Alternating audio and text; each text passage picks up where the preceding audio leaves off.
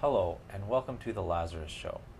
Our special guests today, we have two guests, are Joe Friendly and Josh Volinski.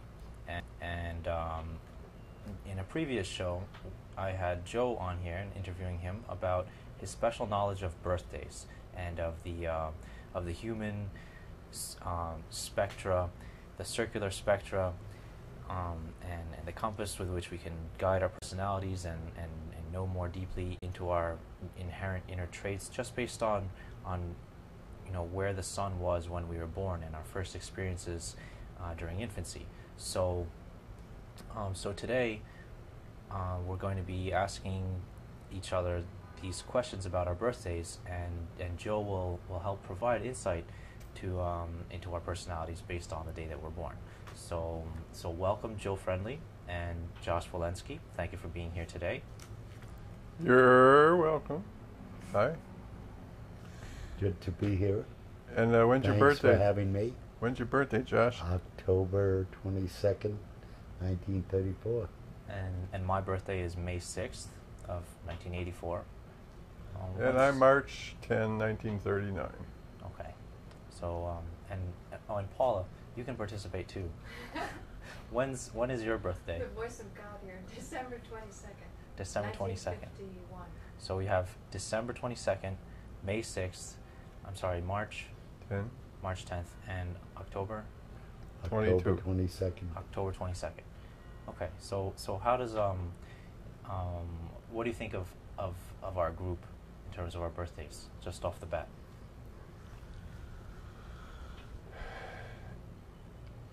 It's kind of all over the place. It's like there's no particular patterns to jump on. They say October 22 and January 22. Wow, we 22. I don't get excited about that kind of stuff. Okay. If they were exactly 3 months apart, October 22 and January 22, as opposed to Paula's December 22. 3 months apart is a recipe for trouble, for such a conflict that there's signs of conflict, aggravation, people storming off, anger, and it's just each one's individual sense of timing is just right to aggravate the other one. So that's the 3 months apart situation. But here we don't have that. It's 2. 2 is kind of regular. What if we had 6 months apart? 6 months apart. Ah, such a concept. 6 months. 6 months is the best. That's when people resonate, when there is the beautiful meshing of human energies in a consistently positive direction. 2 people going at it, and they don't have to worry about the other's needs.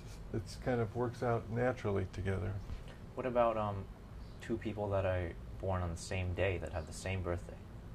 Like not the same year, but let's say 2 people born on December 25th. I consider it fun and a learning experience. There's not a clinging to each other for filling each other's needs. It's just sort of like having a brother or sister that you can just see a similarity, so it's sort of comfortable to have your own point of view reinforced, that here's somebody who's come to the same conclusions as you have about so many things. And I think in the old days, before AIDS, I was thinking of giving Boy Scouts a merit badge for having sex with each of the 12 signs of the zodiac, just to learn. Okay, so we'll get into our questionnaire now. Okay.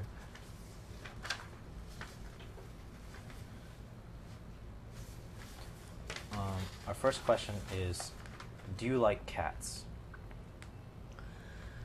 That was the question. How about you? Do you got a feeling on that one? Do you like cats, Josh? Yeah, I like most cats. Of course, I want them to be as friendly as possible, but... So you've met some cats you didn't get along with particularly well? Well, no. I'll tell you honestly, the way, with my temperament, I had a neighbor who gave me a very unfriendly cat to take care of. And he wasn't really doing me a favor. He was paying me a little, but the point is, that the cat had attacked these two women who had feeding him. So I learned from that information, and I just was businesslike. And I was businesslike with her and didn't take anything emotional. The cat left me alone, and I got along fine, never attacked me. But you know, the women tried to pet her and friendly, and this cat was all business, was also deaf, which I found out later, quite nasty. But they did a lot of things that humans think is a sign of friendliness, like cuddling up to you when they're hungry, when they want to be fed. Mm-hmm. But that doesn't have anything to do with Affection. friendliness. Yeah. So the cat left. So the neighbor was surprised. He never attacked me or anything. Uh-huh. But he was a nasty cat. Do you like cats, Joe? No. No. Well, actually, I'm allergic to cats, and I didn't learn that until I adopted a stray cat, Oh. and I only had it for about a week, and I started having asthmatic attacks, and I went to the doctor, and he prescribed all kinds of stuff. It didn't dawn on him, did you suddenly introduce a cat into your life? But I would have staring contests with the cat. Who would win? It was kind of a tie. The cat would never let go. It was like, what he would do is start hissing and raising his back pretty high, and we were just like ego to ego, like eyeball to eyeball. Yeah, I'm staring at you, and you're staring at me. Maybe you guys had 3-month apart birthdays. So I finally stared at him so much he left. You know, like, keep your food slow. You know, getting out of here, and then my allergy went away. Oh. Yeah, or my asthma. So our next question, and I personally like cats, by the way. But just to flaunt, you know, like I take credit. You know, I was passing out this questionnaire across the street from the place that opened up with the name Cats a couple of years later. So I thought, well, maybe they looked at my questionnaire. Oh, so you mean a couple years after your questionnaire, they opened up Cats?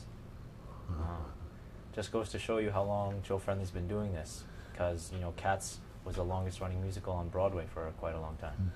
It's true. I started around 74, 75, 76, around there. So our next question is, does coldness in others make you uncomfortable?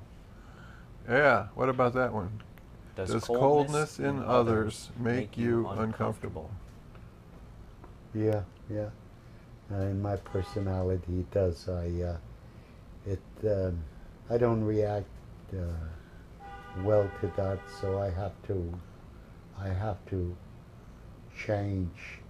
Like, for instance, in Democracy Now!, there's a young man who fixes computers, and he's just into computers. He's not into people, and he's a cold fish. Wow. So he annoys the hell out of me. He's a hacker too. He's a hacker without a backer. Joe, what did you mean, does coldness in others make you uncomfortable? Like, how would you define coldness? I was sort of into how people's mood has an independence about it, or whether it's dependent on other people's moods, sort of getting in that direction. And I was assuming that Tauruses, for example, and even Leos, for example, that they feel they got enough warmth to overcome the other person's coldness. So if they see a cold person, they don't feel particularly threatened by it. So they can take it into stride. So that was kind of the philosophy of it. I thought that the so-called more sensitive signs would be like Cancer and March, February. And then I thought maybe Aquarius would be forgiving of coldness. You know, I didn't know exactly how it would play out. Well, But how did it incidentally, play out? I have to say, when I used the signs of the zodiac to allude to groups on the birthday spectrum, it sounds like, well, hey, Joe, you're talking astrology, Joe. Hey, man. And I am into that bad habit that I look at the time spectrum, the birthday spectrum, sometimes by sign, sometimes by months, sometimes by days. And I don't have much complaint with astrology's offering of the sun signs, except that I think they're confining. That, you know, you're stuck with the symbol of the scorpion and the archer, and Pisces is 2 fish and all that. And if you look at the stars that are supposed to suggest that, some of that is pretty ambitious. But we need somebody clever enough, or a bunch of people, to, you know, work on it, and we'll develop a new lexicon, a new way of you know, offering symbols that help understand what's going on. What I picture a lot is just And you're taking the first step toward that lexicon, it looks like. imagine a kind of a circle that turns on the screen on your monitor, and with your mouse you can control how much it spins, and as it spins you can zoom in and out of it, and you have in different dimensions, I don't even know what the different dimensions could be, but as it's going this way you have like names of people, you have trends over a span of time, like, for example, truth-telling and lying. Oh, you'll find one of the questions there, which was, I thought, one of the ones I was more pleased with myself about, was, can you lie effectively when you feel it is advantageous? And I was trying to use language to get at that idea, you know what I mean? Yeah. It's like, I couldn't say, are you a liar? So, it was sort of like, do you get hung up when you lie? But I didn't quite put it that way. But I was getting into the... Like, can you lie effectively? And and what were your results like for can you lie effectively? Well, my hope that Leo would say yes to that question was borne out. That Leos did say, yeah, I'm one of the ones that are good at it. But the ones who were also good turned out to be Virgo said they were. And I was a little disappointed with that. But I figured, well, they're so honest. They're even honest about how much they lie. Yeah, I was going to say maybe the Leos were lying when they answered the question. Right. And Gemini said they were good at lying, which in retrospect made sense to me. That I often describe Gemini, that's the June area. When I say June, that's like Gemini at least has the advantage that you're covering in one breath the idea of late May, early June, or, you know, like May 20th to June 20th or some number like that. So it's that hunk of the spectrum. Gemini is it the end of spring? Yeah. Gemini is a spring month. It's So let's continue with the questionnaire. Yeah. The next question is, do you like to take showers? Now that question was one of the unsuccessful questions that everybody said yes. What's the problem? Were you going to say something, Josh? well, I wanted to say on showers. Yeah. Yeah, I love showers, but I wanted to say something on the other question, just a little. You know, it's almost a sign. It's sort of a sign of immaturity because, first of all, people have very often their own problems. They can't pay attention to you. So if somebody is not showing you the kind of attention or love that you respect, that shows maybe you're looking for a lot more from people than really they can give you. So when I mentioned the cat earlier in my question period, that's how I should really behave toward human beings, you know, where you just roll with the situation and you don't read anything into the behavior. But I was being very honest. Yes, I get very annoyed when somebody is unfriendly, even if it's not directed entirely toward me. So it's sort of almost a form of maturity that I haven't acquired or something. I don't know. Figure it out. Okay. The next question is, are you good at getting people to do favors? What do you think? Doing favors? I figured Yeah. I wasn't so good at it, but how about you? Yeah. I tend to try to put myself out for people. Yeah, even when I should really be careful or be a lot more considerate to myself. I Can you try to read this? please people.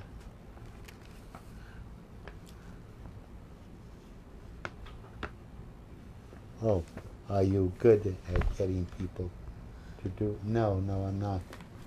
I'm not. I'm not. So you do other people favors, but Yeah. I gotcha. Yeah. No, I'm not that good And, at so, it. and you notice that some people are good at it. But a lot of people have. Oh yeah, some people are masters. They know just how to do it. Yeah. And Joe, yet, people have done me a lot of favors.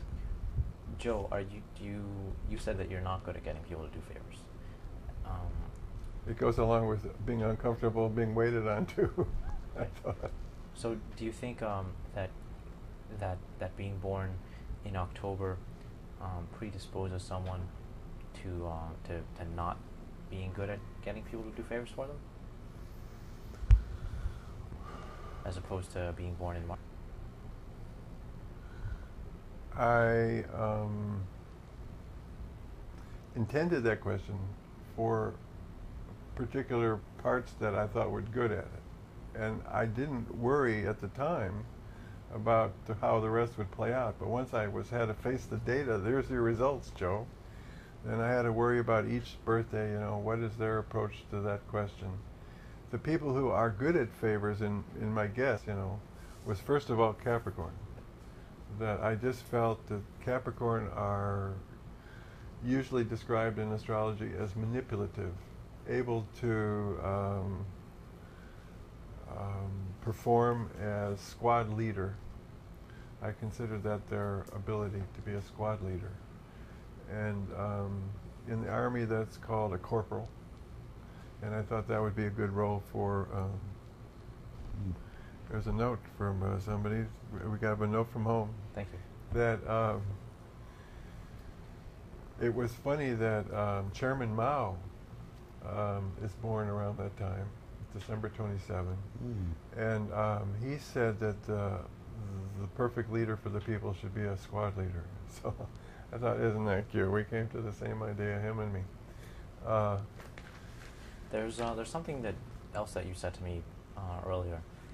That's at different times of the year, there's more solar energy hitting the Earth. Could you explain that? Yeah, there's a diagram I have here, or somewhere, the other folded papers. The ones you didn't want before. There they are, yeah.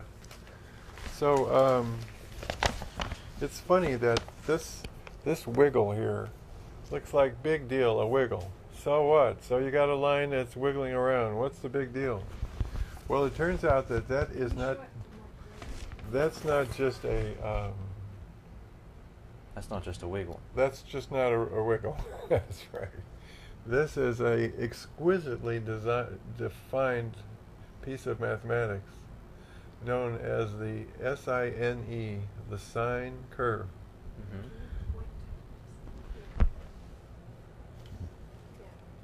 There she is. Now I drew, this is 2 cycles of a sine curve. And now, da-da-da-dum, here comes 1 cycle. Now that cycle here, this is a piece of this. Okay. And the reason I had to draw it this way is because I was going to start in January. If I were to start in March, it would have looked like this. Well, that's okay. Do you see this curve here? Yeah. That's the shape that people, when they, when you study sine curves in mathematics in high school, in trigonometry, they usually draw them differently. They have this piece a little higher, and they take it from this piece. So they move it over in time. And this idea of where you are in time, that's the whole deal. That what the birthday thing is all about is that if you take a look at a year, the shape of the year is so different. If you catch it like here or here, everybody gets a different shaped year. And the shape of that year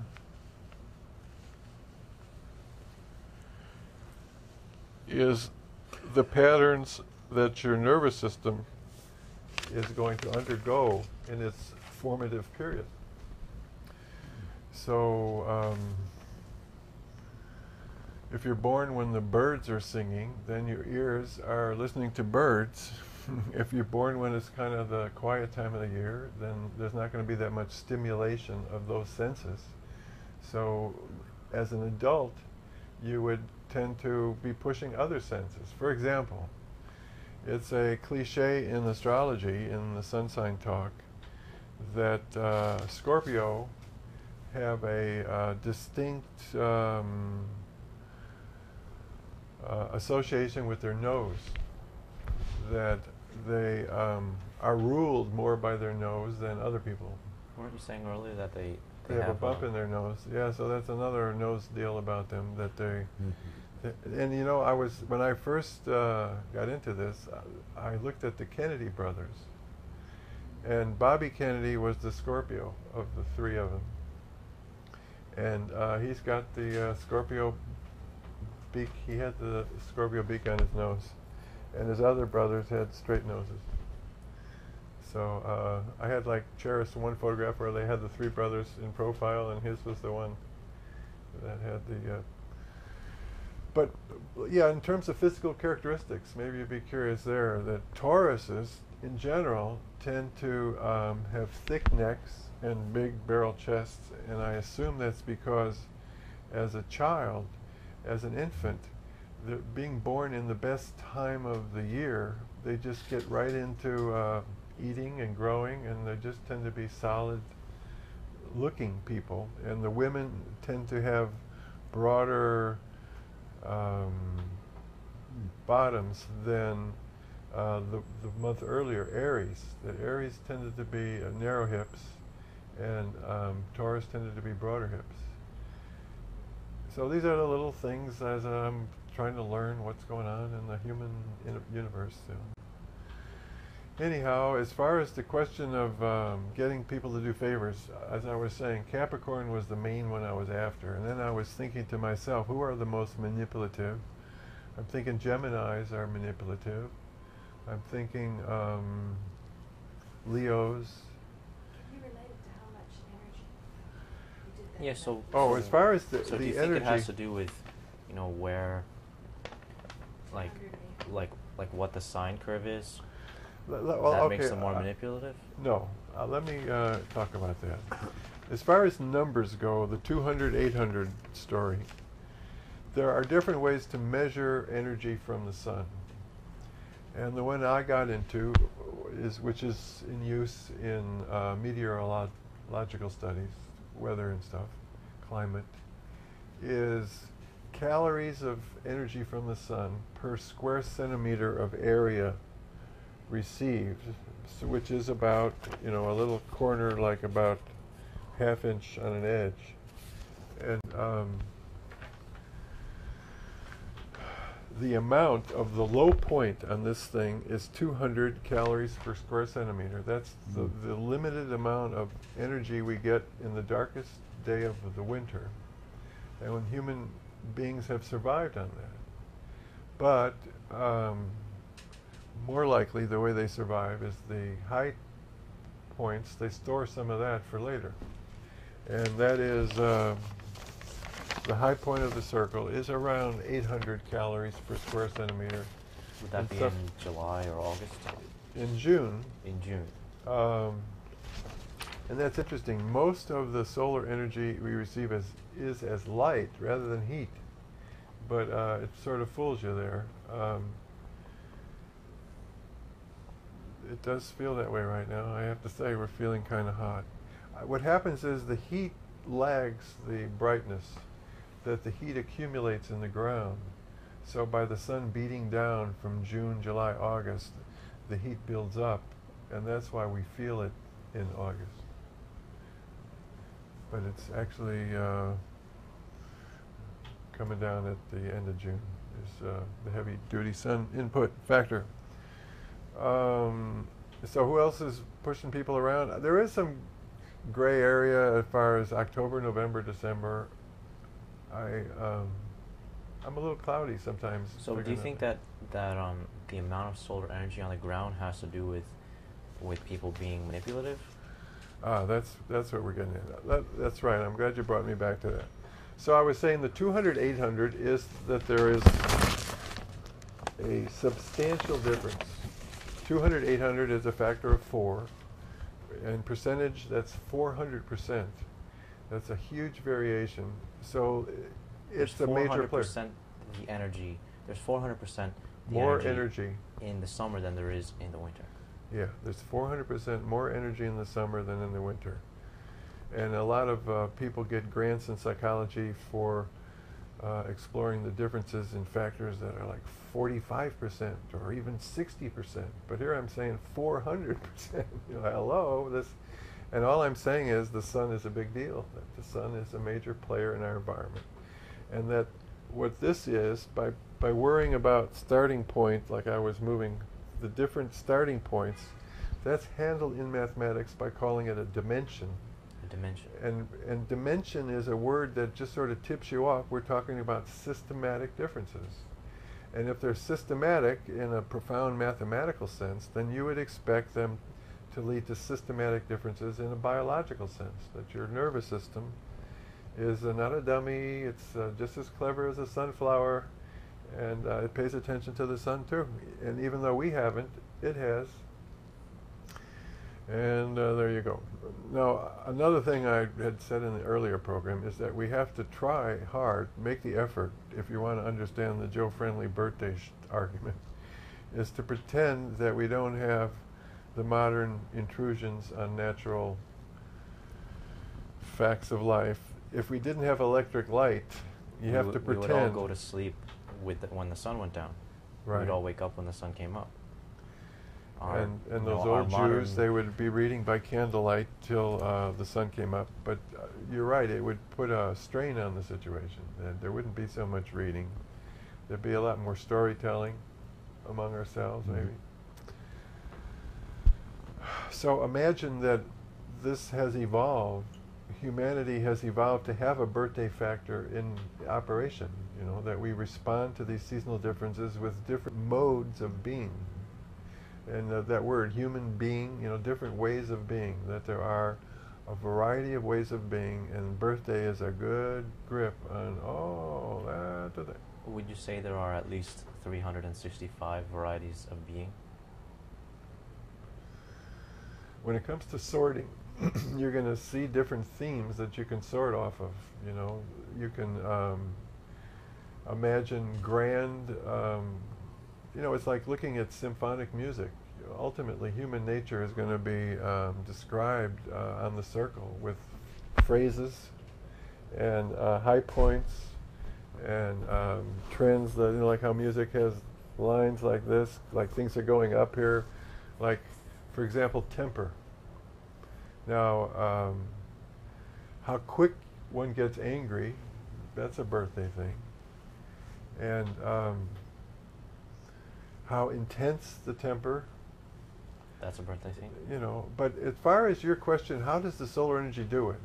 You have to take each of the different traits alone and get back into Sigmund Freud and wondering. For example, here was what I just came at recently. I've known for a long time that there is a issue of Capricorn and oral sex.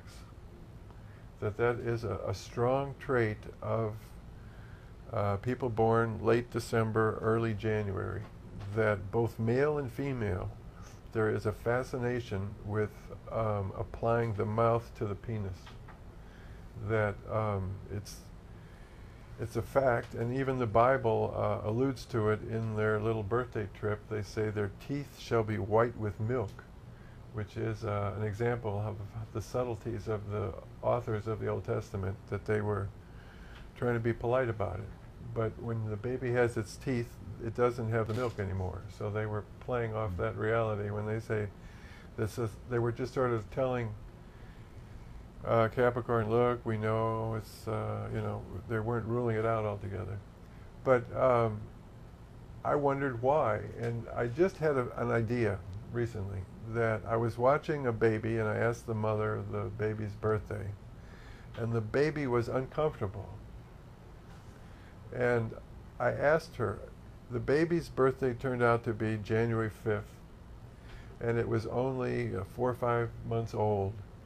And this was the baby's first greeting of the summer, of the winter. In other words, he was born in the winter, and here comes now a warm day in June, and he has to face the problems of changing his system of integration, which had been built around the winter, and now having to deal with what is summer all about. And what he would have to comfort him is sucking on the mother's breast.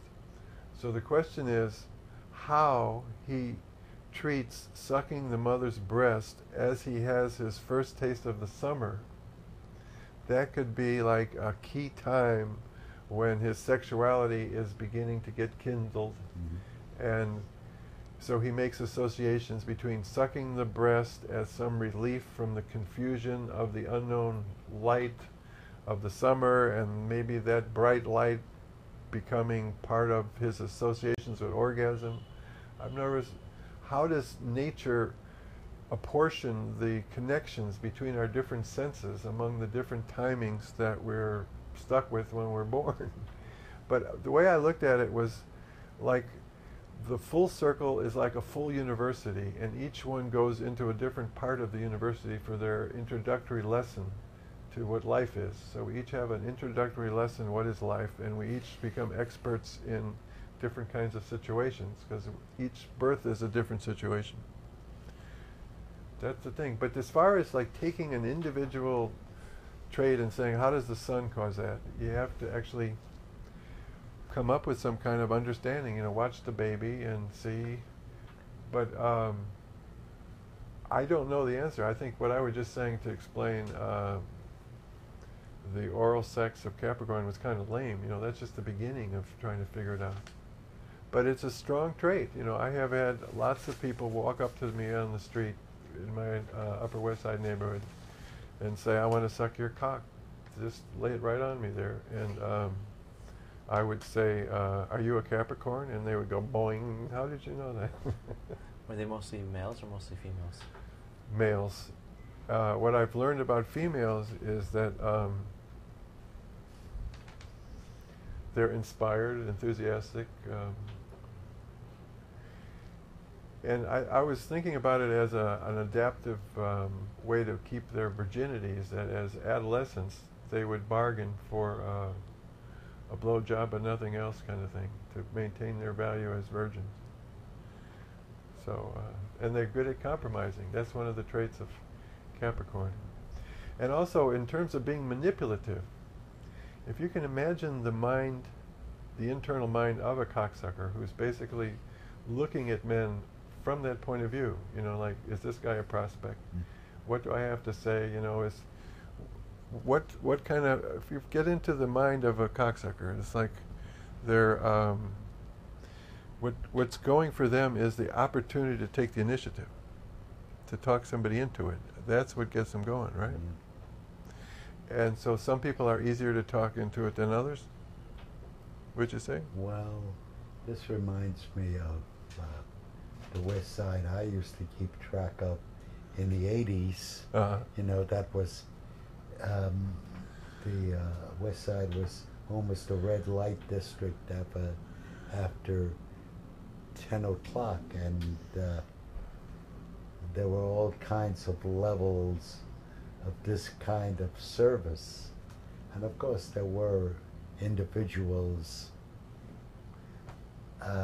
into this service, and it was a different world from about, I understand, from old timers, really old timers.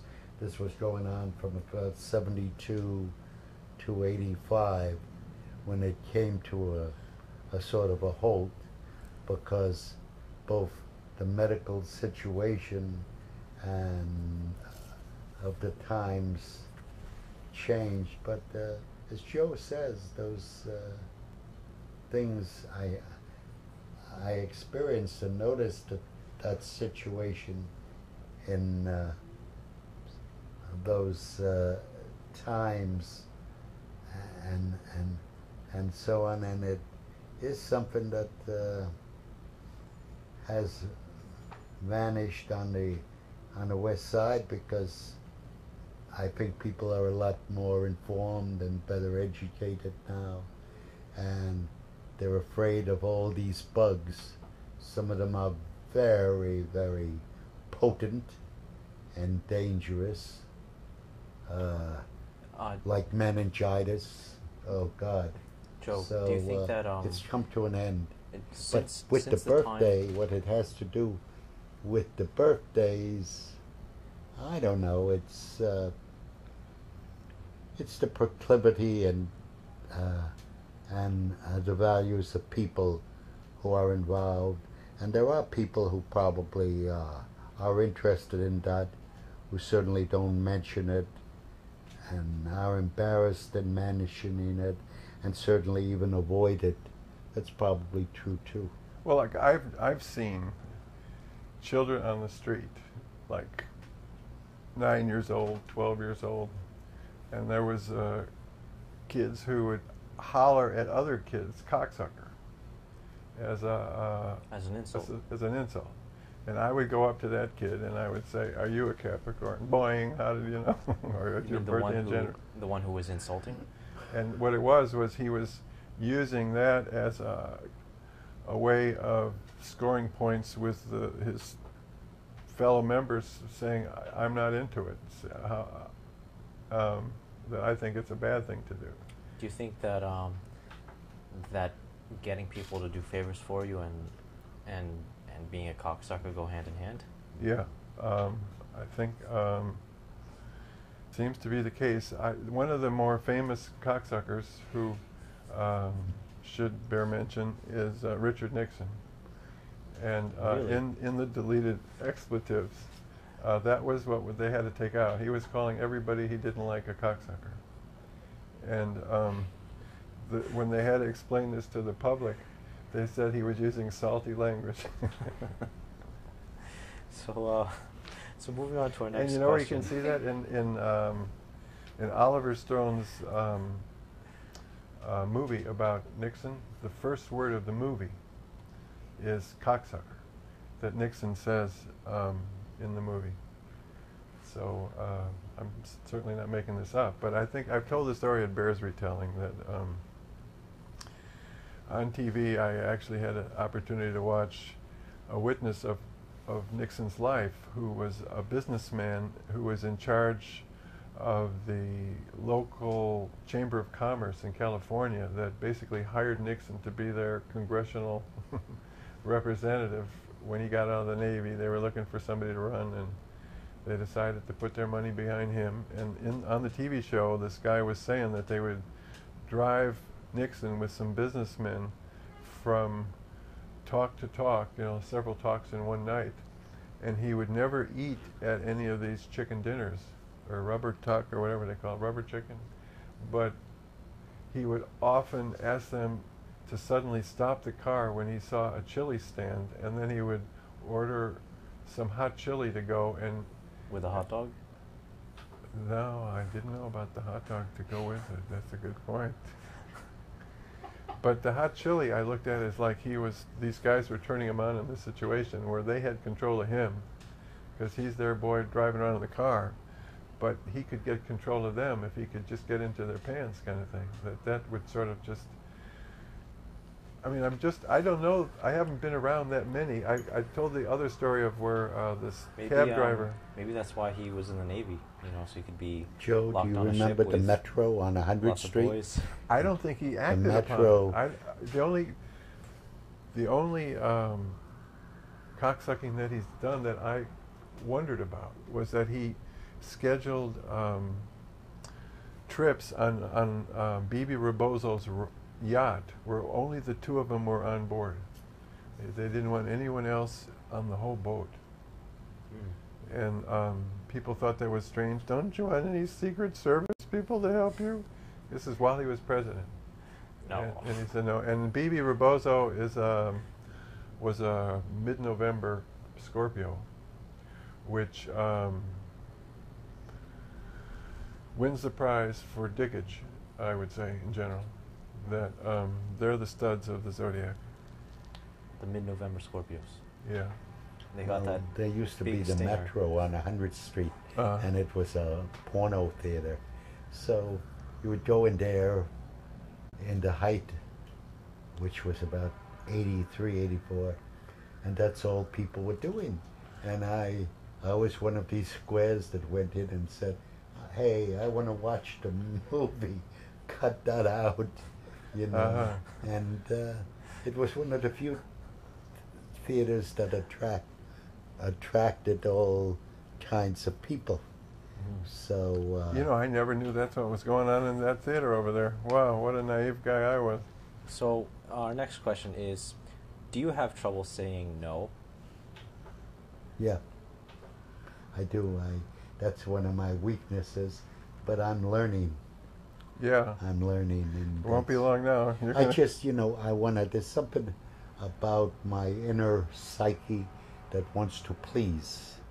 So instead of saying, I don't know if I can do this, if I can accomplish this, if I can help you, I try to make it sound like yes. And that sometimes leads to trouble, believe me, as Joe will tell you. So how tell us. about, as far as the how that's scored, November people had the least trouble saying no, and that was predicted. And Pisces and Aquarius had the most trouble saying no. And Gemini didn't have trouble saying no. Tauruses were pretty good. They didn't have trouble. Capricorn didn't have trouble. So that gives you some sense. I mean, when I say these things, do you have a sense of what Capricorn's like yet? Yeah. So the next question They're is... goats. I mean, that helps. The idea next of goats question is, are you effective in handling people? And was this a question that Capricorns fared well on? Yeah. They're the first one before that sort of set them up. So by the time it got to that one, it's like, oh, sure, that's me. I'm cool. How about you? Are you a handler? Well, handling people is more like bossing them around. Sometimes depends what I have in mind and what I'm interested in, and I do that pretty well. I've overcome some pretty tough cookies who weren't swinging with me.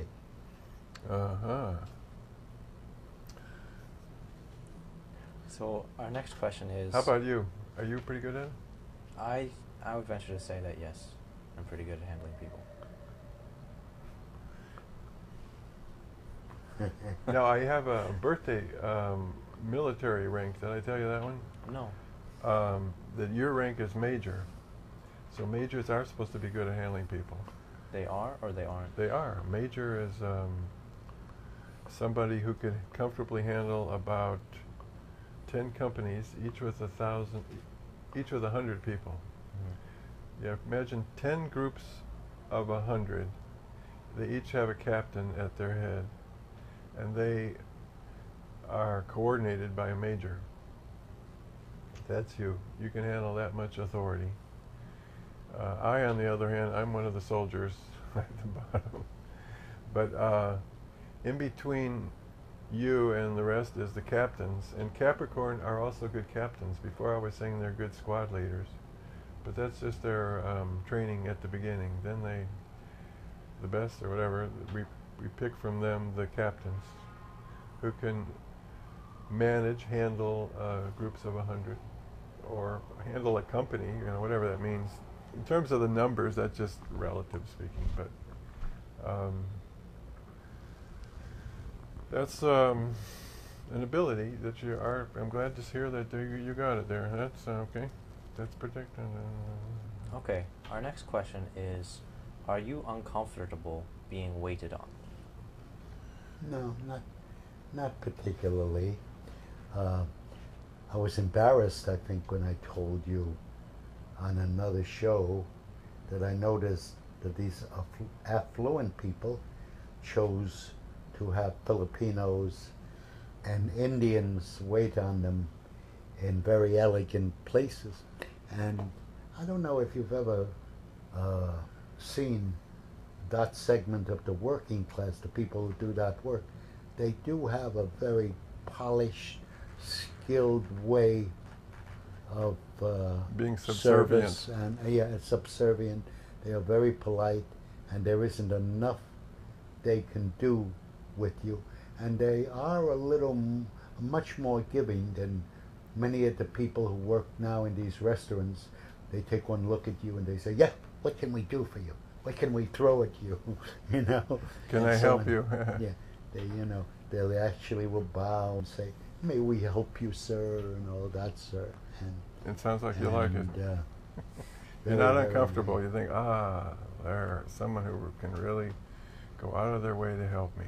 How about you, Joe? Are you comfortable? Gives me the creeps. Gives Yeah, you the creeps? Yeah. Ugh, Yeah, stuff. me too. I don't like, when I'm at a restaurant and the person's there to refill my water glass every time I take a sip. Yeah. Well, in my old age, what I try to do is be real appreciative when they do. Like, oh, thank you so much.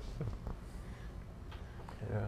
I walked into windows of the world up over the Hudson the other day, a gourmet restaurant that served Clinton and Pataki, and they were on the river. over at I walked in and they hire they hire Filipinos and Indians, and Were they glad for the traffic? Yeah, Did it they look- were. They were very. They were even. They kept wanting to give me bottled water. They keep serving bottled water as part of their service, and wine. They said, "Please let us give you some good wine." I say, "Well, I don't like the chemical wines." They say, "No, these are from the great vineyards of France. With no chemicals in here, sir." Maybe a little depleted uranium from Iraq. Right? So, thank you for sharing that. Our next question is, are your feelings easily hurt? It depends on the topic. People were saying on the questionnaire when I gave it to them, how come you don't have "it depends"? They wanted that choice, yes, no, and it depends. And I had a question mark to circle, which wasn't satisfying for the people who wanted to say "it depends." They wanted definitely yes and definitely no, depending on other stuff. Okay. So in that sense, the questionnaire didn't really do much other than test how aggravated people are by confronted with choices, none of which satisfied them. I hope that he wasn't going to make a joke where, his feelings are hurt if they say, "No, sorry, it's under 12 inches. Right, there you go.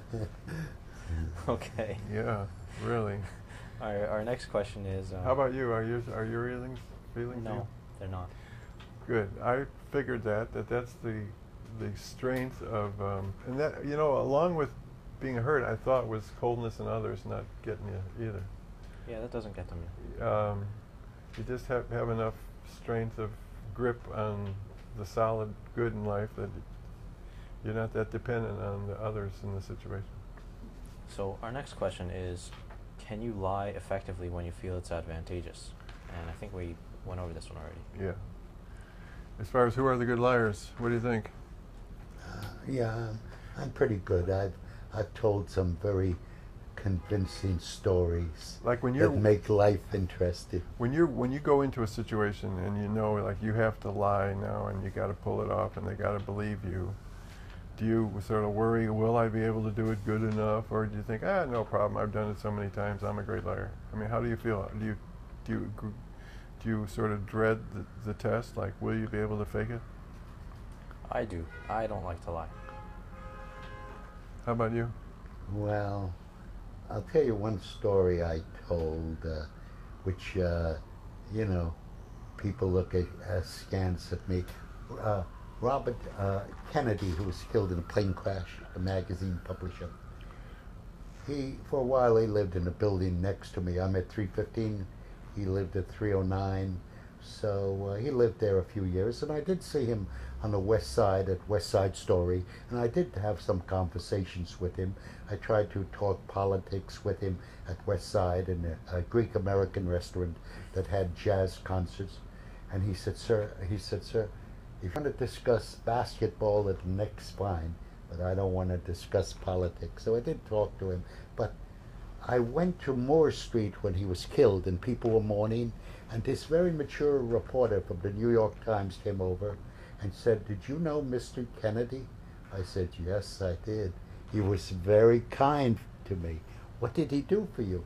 I said, "Well, when I was selling books on West 86th Street, he stopped his car one day and he said, 'Can you use some used books?' I said, 'Fine.' So he went to the trunk of his car, took out a carton of books, and he said, 'These are yours.' And I was perusing them, and the top book was a biography of Rockefeller. I said, 'Is this book any good, Mr. Kennedy?' And a voice came out of the back of the car. Now I'm making all this up. That was Mrs. Kennedy, Jacqueline. And she said, 'Young man, I think it would do you good if you would read that book. Perhaps you wouldn't have to sell books on the street.' So this very mature reporter said to me, and she was an older reporter, she wasn't a kid. She said, 'Oh yeah, what kind of a car did he drive?' So I knew it, I saw it, I told him it was an old Volkswagen. And she said, 'What kind of books did he read besides that?' Well, I mentioned Crichton and so on. She said, 'That's right.' So a few days later, it appeared in the New York Times with descriptions of other people who knew him like the pharmacist and the butcher, but it was totally made up. They said, 'Oh, Josh, the book peddler, knew John, and he was very kind.' So that was a complete fantasy. So sometime, once in a blue moon, I go into that. So what's bad about that is when the truth happens, people say, 'Did that really happen to you?' You know? But the answer to that, yeah, it did. But, you know, you got to be careful who you did tell it to. So if you tell it to Amy Goodman, that's the thing that comes out to her, out of her mouth. Did Howard Zinn really say that to you? No, I do trust Amy when she says something. I think she practices honesty and truth. Yeah. Well, the next question is, do you like to argue? Not really. Only when I take some medication or something, you know. Oh, you have some medication that provokes or when it? I'm very angry about. But it's very rare, very rare. And sometimes things get you mad. See, I'm being very honest now. Candid. Too honest. Too honest. I don't like to argue, but when I do get into an argument, I don't like to back down. What about you, Joe? Well, the one that I thought was interesting in the study was that Aries don't like to argue, and that Leos do like to argue. I was surprised that Virgos seem to like to argue. I'm like, oh, come on. Some of the things I wanted to reject, but that's what my samples showed. And Gemini like to argue. But what in particular, when I saw that Aries didn't like to argue in Pisces, then I thought that Aries just like to have their own way, and they don't want to have to justify it through argument. And Leos, on the other hand, look at arguing as fun, that they'll argue a point in either direction depending on what you start off with, just for the fun of arguing. And I was trying to like reveal that to the world. See, they actually like to argue. Okay, our next question is, are you good at asking people for money? No, not at all. But not have at you all. noticed a difference in people? Some are good and some aren't? Yeah, that's absolutely true. So I was Yeah. trying to find out who were the good. And Capricorn I thought would be good at it again. But then the question was what other ones in addition? And who were the bad ones? In general, I think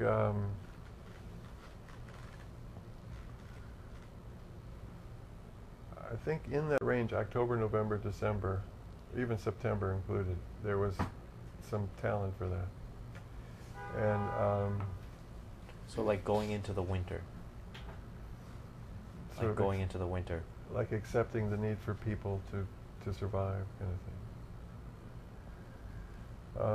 And there were other parts. I don't have the data in front of me. I don't remember it that solid, and it's pretty complicated. Like each one has a high, low.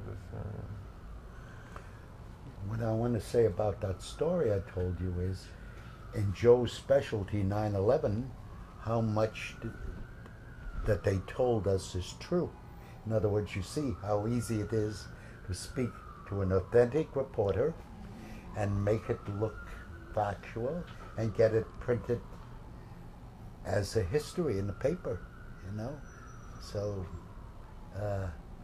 you have to keep that in mind when it comes to something important like 9/11. Well, we've covered quite a few questions. There's a lot more. Yes, there are. Yeah. The next question is,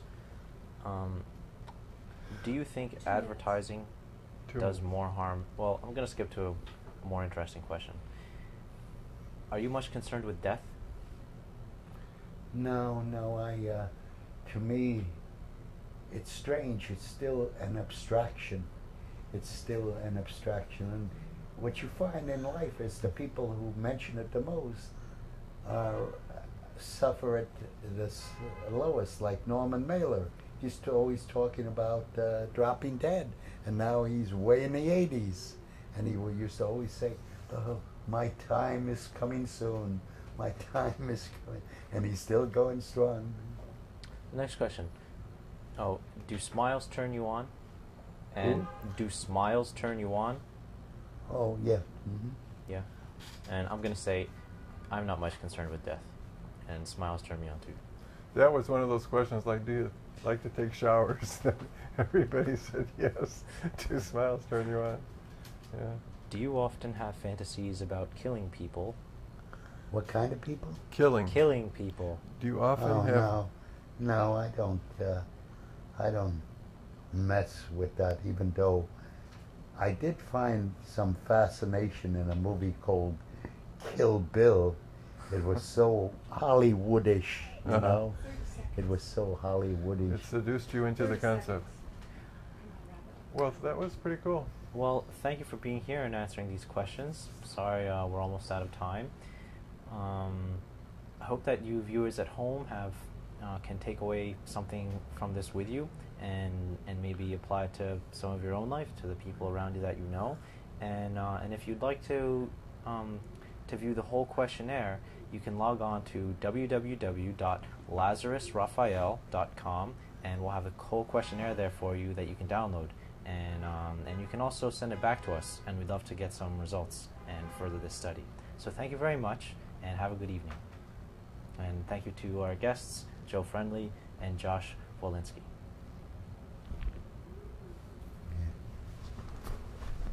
Thank you, Josh. The only smiles that ever turned me off were the ones in the Metro Theater.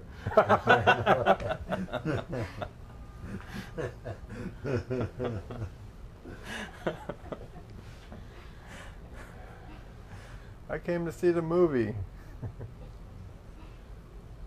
Wow, you guys. Very nice show. So now you have to schedule it after 11. Well, there once was a person was gorgeous, so I said, no, that's a transgendered or something. So the guy who was the projectionist at the Metro worked at, I got to know he was a student at City College. So he told me, so he described this woman coming into the projection room and going to work on him. So I said, yeah, but she was sitting next to me and I was scared of her even. And he says, no, she's a married woman.